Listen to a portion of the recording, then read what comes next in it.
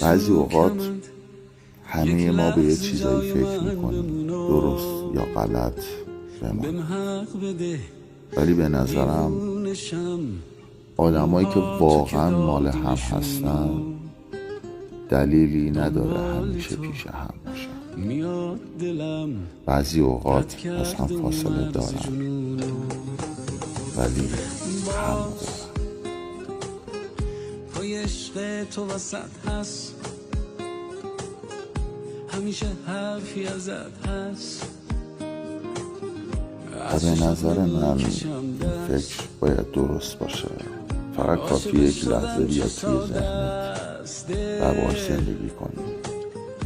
به خودش اومد دوباره، دید بهت علاقه داره، میمیره